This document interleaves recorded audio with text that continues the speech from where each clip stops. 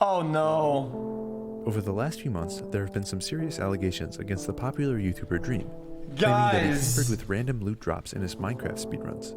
So the Minecraft speedrun moderation team, in a combined effort with mathematical experts in our community, have launched an investigation, which is culminating in the release of this video and a statistical analysis paper that thoroughly examines the case and accounts for bias.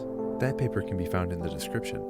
This is a good video. Is meant to make that information more accessible to a wider audience, debunk any misinformation, and present circumstantial evidence that isn't proper to fit in our paper's objective analysis. All that being said, is this going to convince everybody? To the end to hear the entirety of our argument.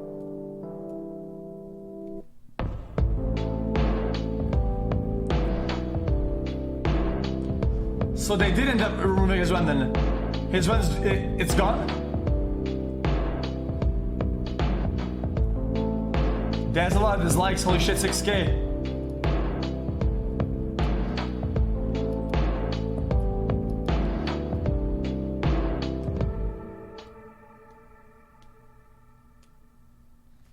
Interesting. On October 16th, speedrunner Minecraft Guys, this is relevant chat because dude, I did runs almost every day, you know? So you guys know how pearls work. He collected from 6 consecutive live streams of 1.16 random seed glitchless speedruns by Dream from earlier that month. The data he collected was reviewed by several members of the mod team, and it showed that random piglin barters performed throughout these streams yielded significantly higher ender pearl drop rates, Dream getting an astounding 42 successful trades out of 262 possible trades. These results are exceptional, as they are not only substantially greater than their expected values, but perhaps more substantially greater than the rates from other top-level runners. But just how rare are Dream's trades? To answer this, chat, to give a bit of context, chat, we've had a day today where I went into a run. We did 70 trades, 0 pearls. We did another seed, 60 trades, 0 pearls. It happens. First, we need to look at some basic statistics. That's like 140 trades with no pearls. These models called binomial distributions. The goal of a binomial distribution is to show how likely a random event happens if that event only happens a certain percentage of the time. To get a better understanding of these distributions, let's take a look at a classic example, flipping a coin, to see how it works. This is interesting, I like that. It's common knowledge that when you flip a coin, it's a 50-50 chance it either lands on heads or tails. But obviously, if you go to flip a coin right now, it's pretty likely that you'll get something like 3 heads in a row, or at the very least something that doesn't fit the 50-50 ratio immediately. Taking this to the extreme, getting something like 37 heads in a row would be pretty rare, while getting something like 17 heads mixed with 20 tails seems about average. Your coin is bugged, dude. What binomial distributions do is quantify just how lucky any one of these scenarios is. Let's take the case where you flip 10 coins and want to see how likely getting any particular number of heads is. Here you can see for each number of heads there's a certain height, which represents the probability that after 10 flips, that's the number of heads there are. So for 6 heads in 10 flips, this is the chance of it happening. But say if you want to look at the chance of getting 6 heads or better, you can add all of these probabilities to get the combined chance. You guys get it? Binomial distributions don't only work for coins though. In fact, every event that either happens or doesn't because of some probability can be modeled through binomial distributions. This is great since we want to understand the odds of getting repeated pearl trades from piglins. The major difference between pearls and coin flips is that pearl trades only have a 4.7 chance of happening, which shifts the distribution. Wait, chat, I thought it was, no, we knew that. 5%. I always say 5%, right? 1 out of 20.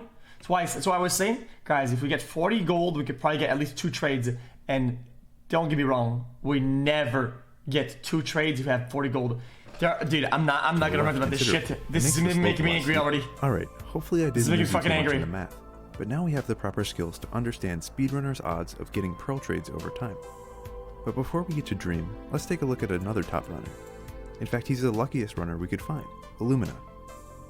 Over the course of 5 streams in September and early October, Illumina was able to trade 323 gold with piglins in his RSG attempts. From that 323 gold, he got 20 pearl trades. Let's model this with our binomial distribution to see just how lucky Illumina got. That's pretty lucky. Plugging Illumina's trading results into the formula, we get an approximate value of 0.09. This means that there's only a 9% chance of getting 20 or more pearl trades with 323 gold. Placing Illumina above 91% of other runners. Believable. This is really lucky, but Illumina most certainly did not cheat to get these odds. These kinds of numbers are expected when you think of the total number of runners doing attempts. For instance, say about 1,000.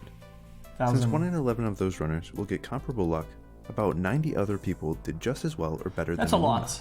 Did Illumina get pretty lucky? Yes. Although any statistician will tell you that 0.09 is just a small statistical deviation. Who cares? That's This is very interesting though. 23. Let's take a look at Dream's odds. This isn't exactly a good look. Across 6 streams, Dream bartered 262 times and got 42 pearl trades, which when plugged into the formula comes in at 1 in 177 billion. It might be a bit difficult to visualize just how unlikely these odds are, so we thought it would be useful to put Dream's rates in context with other speedrunners. So members of our community watched through hours of runs to gather data the exact same way Dreams was collected, and we created this graph which shows barters against pearl trades. Dream is just miles above anything remotely comparable, or even guys, I probably did this with my stats. My line was a bit like this, like that, and like that, like that. reasonable, assuming his rates are the I think my game might be bugged. This information has been public to an extent for over It a said month he's now, bugged. and Dream has released a document trying to refute the idea that he cheated. The main thing he's saying is that the data collected was biased in some way, so the extremely high figures in the billions aren't correct. So let's take a look at some of these supposed biases. The first major argument that Dream has pushed is that the data is biased because of a stopping rule. He's saying that since he stopped streaming runs because he got a personal best time, that was good because it was lucky. That makes sense. That last data point will be skewed upwards. This isn't the entirety of how stopping rules work, but it is just what Dream mentioned. This is a quite valid concern, and the way to correct for it is actually pretty complex, and we go into it in the paper. Correcting for this bias, the numbers go from 1 in 170 billion to the low number of 1 in 82 billion. See, I told you they didn't cheat. Another point that Dream has pushed is Wait a that the minute. data was cherry-picked with some still- selection bias across his 24 hours of footage, or was selected across runners because Wait of a having minute. more noticeable RNG. The argument essentially boiled down to, they noticed that my luck was really high, so when they investigated it and found out it was really high, it doesn't count because it was biased. You can check the paper for a rebuttal, but we effectively examined the probability of this happening even if we checked multiple runners or streams first, and the bias wasn't nearly strong enough to refute the idea that the odds were possibly tampered with. Right. Look, we're the first to admit that the data is actually biased, but it's nowhere near as biased as it would have to be to disqualify the evidence. The thing with real-world data is that it's pretty much always going to be biased in some way, but the field of statistics was made to interpret this stuff nonetheless, and account for all the errors. In our case, we've overcorrected the bias far enough so that we're biasing in favor of Dream, and we're still getting pretty crazy numbers. And Yeah, we I haven't know even about gotten some to of the this. strongest evidence so far. Some of it. Guess what else has a random drop chance in speedruns? Oh no. Blaze rods. Anyone want to guess what Dream's blaze luck was? No way. 1 in 113 billion.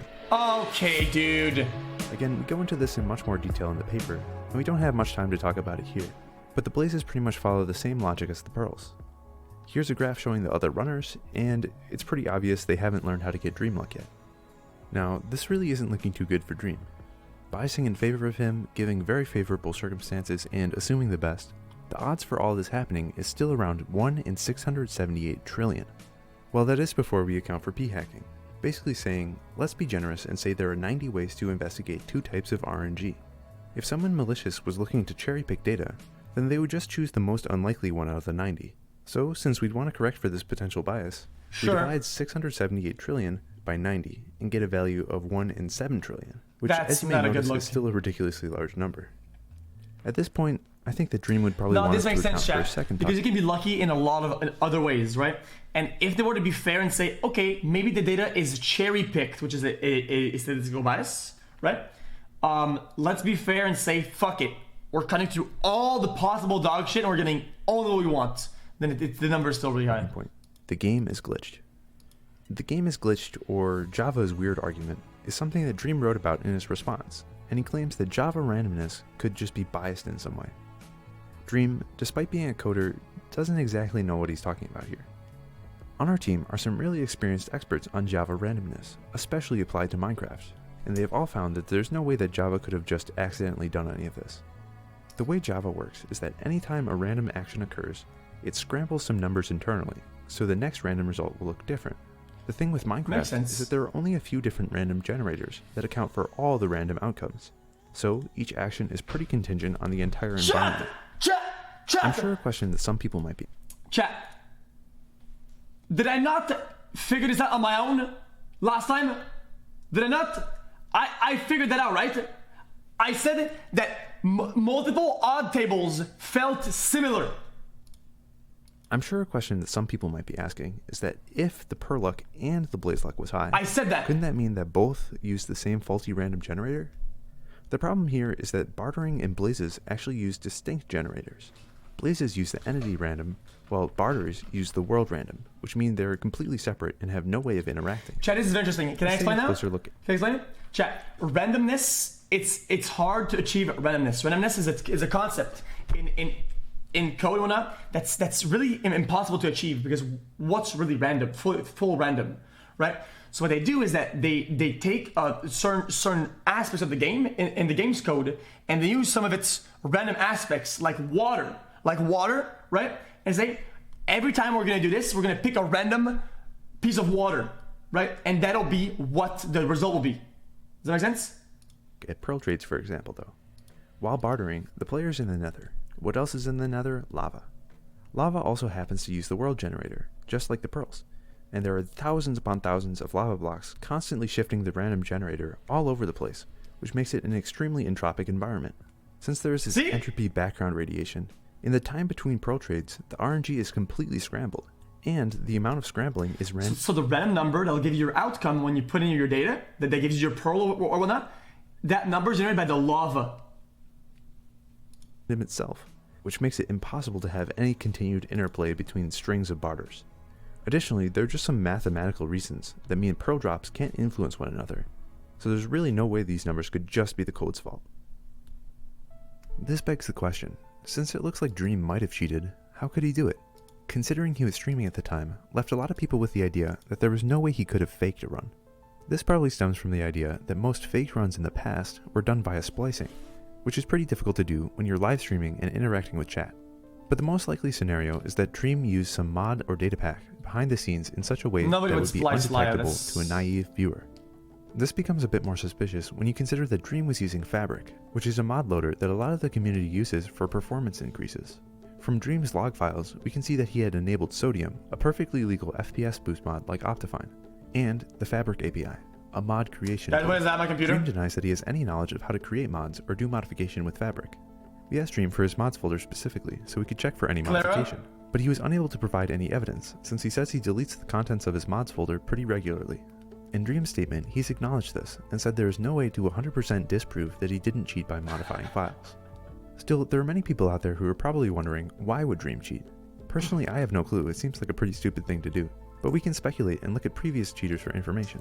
By the way, this section is not supposed to be a part of the objective analysis, and has no influence on the mod team's decision. But considering how Dream Twitter open my back! reacted when the news first broke, combined with the Dream heavily focusing on this point himself, I'll be back. I gotta watch that. It looks pretty interesting. But first I want to watch this. Dream is on the record for hating 1.16 speedruns, considering the enormous amount of luck involved. True. In the past, he had gotten frustrated with just how lucky the standards for world records had gotten, openly contesting the validity of Corbanus' world record, which was verified. Not in his defense, but in all, okay? Let me tell you guys this. The world record holder currently, okay, his computer, just give you a bit, couldn't even load the zones properly. And every time that he would craft, it would lag the fuck out. Like his computer would completely freeze, right? So if you think about all the lags he was having, he could have cut a lot of time, right? So it's like that record there's a crazy amount of luck. It's insane. It's the first sub 15-minute time. Before coming back to live streaming speedruns, Dream stated that he would stop running 1.16 and focus on 1.15 if he came back at all. And honestly, I agree with him. The RNG is pretty ridiculous for these categories. It's still a record, yeah? But just keep this anti-RNG because pure skill would cut through that time loss. As we take a look at the precedent in other games. Carl Jobs is a speedrunning documentarian, and he's a lot of experience covering illegitimate speedruns and their perpetrators. Here's an excerpt from a Carl video that I thought summed up the historical context really well. It may seem counterintuitive, but you'd be surprised at how often some of the best players inevitably try to fake runs. Didn't I say that there are gifted CS players that cheat? You might think that having the talent to achieve a world record would make somebody less susceptible to cheating, but it often works against them. Having talent tends to make people feel entitled, and when the game they play doesn't give them the luck they need, they become increasingly frustrated. On top of this, having talent and deep knowledge of a game makes you... Guys, this is the same phenomenon, psychologically, than people who main Yasuo, Riven, Lee Sin in League of Legends, okay? They think that they're good and they're god at the game, but they think that they're getting unlucky with their teammates, and they become delusional, and they become Increasingly frustrated. That's what happens. On top of this, having talent and deep knowledge of a game makes you a better cheater. The fact that better players make better cheaters means that arguments such as, he's such a good player, he has no reason to cheat, are fundamentally flawed. When Billy Mitchell and Todd Rogers were exposed as frauds, this was one of the most common arguments their defenders tried to make. If anything, having a better understanding of a game makes you more likely to cheat. This is why, at the top level, proof standards are so important. True. I know the idea of Dream cheating can be unsettling to as many fans out there. I mean, I like the guy too. At the very least, maybe this does pose a plausible motive. Even if Dream wasn't looking for any placement results, getting good RNG is just way more fun and entertaining to watch. True. You can't really fault the guy for wanting a more enjoyable casual experience. The only problem is if he was passing it off as an officially legitimate speedrun. Again, our collective decision as moderators is just based on the objective math, not the theories or feelings around it. But by every metric we've tried, it seems that Dream's odds are just unexplainable. In closing, I want to address one important point raised by Dream. As Dream likes to point out, just because the odds of his luck happening are in the trillions, it doesn't mean that's the same chance of him cheating. Right. I mean, with Illumina's considerably lucky 92% odds, it doesn't mean that there was a 92% chance of him cheating. But the thing that Dream misses is that the odds for the event and the odds for cheating are still correlated. If you perform an infinitesimally unlikely event, then you can be extremely confident that something went wrong that allowed it to happen. Just because something is possible doesn't mean that it's at all feasible. Here the numbers are just so large that they outweigh any conceivable subjective opinion. I'm sure that lots of Dream fans out there will naturally defend Dream. That was a pretty good video, to be honest. After all, the more confident you are that Dream wouldn't cheat, the less this evidence should convince you. But you would need to be almost impossibly certain that Dream wouldn't cheat in order for this not to be convincing evidence. Even giving Dream the benefit of the doubt as much as possible, as moderators, there's no real option other than to deem these runs as illegitimate. Guys, this is like when I had philosophy class and you had to make arguments and counter arguments for every possible cracks in your argument or whatever. And he put it so well that dude, it's kind of hard, man. Guys, it's kind of hard to go at it.